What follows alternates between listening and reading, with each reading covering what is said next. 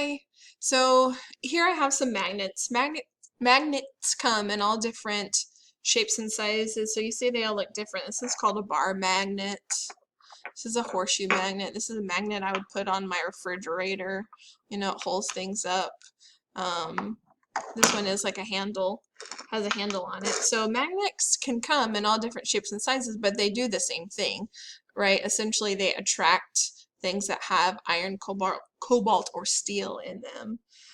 So what we're going to be doing is we're going to be comparing and contrasting some of these objects here in this bag to see if they are magnetic or not. So let me show you what we have here. And then we're going to be making predictions and actually doing this. So we've got a pencil, a cotton ball, a pair of scissors, crayon, paper clip, binder clip, and a penny. So we're going to be looking to see if maybe there's any similarities or differences between these, looking at the properties of these different items. So right now we're going to test the property of magnetism to see if these items are magnetic or non-magnetic. So let's start with this first one. All right, so let's start with the pencil. We're going to be testing using this magnet to see if this pencil is magnetic or not. So right now, go ahead and make a prediction on, do you think this pencil is magnetic or non-magnetic? Let's actually test it now. All right, here we go. Well, it's not sticking to my magnet. What about this end down here? Still not sticking. Okay, so is this pencil magnetic or non-magnetic? Let's try another one. How about this paper clip?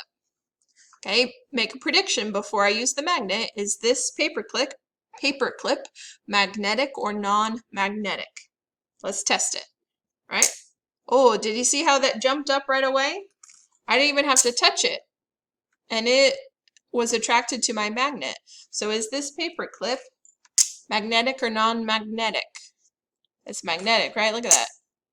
Awesome. Let's test the other ones. How about this cotton ball? Make a prediction before I test it, magnetic or not. All right, let's try it. It's not sticking to my magnet. So I think this is probably what? Non-magnetic, right? All right, let's try another one. How about this binder clip?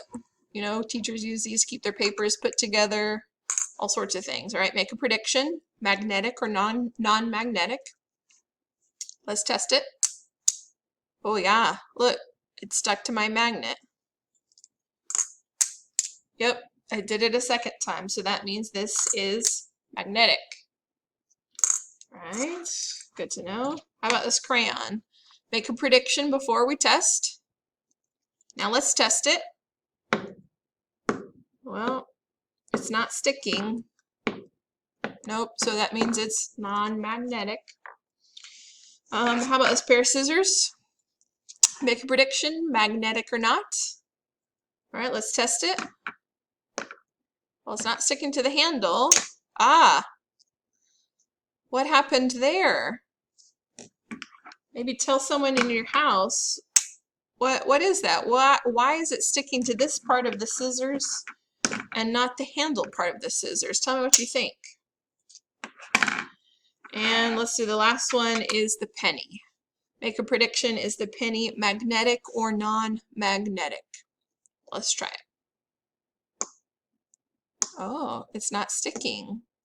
I thought maybe it would stick because it's metal, but it's not, which tells us that this penny is not made out of the type of metal that is attracted to magnets.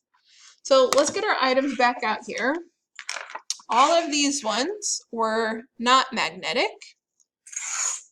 These two were, right? Our scissors kind of were here in the middle, right? Because the blades were magnetic, but the handle was not.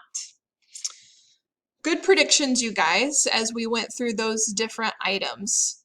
I want you, if you have any magnets like on your fridge at home, if you can, maybe take that magnet off your fridge and see if you can find any objects in your house that are magnetic today. Go on a magnetic scavenger hunt and see what you can find around your house. Have fun, be safe, and good luck.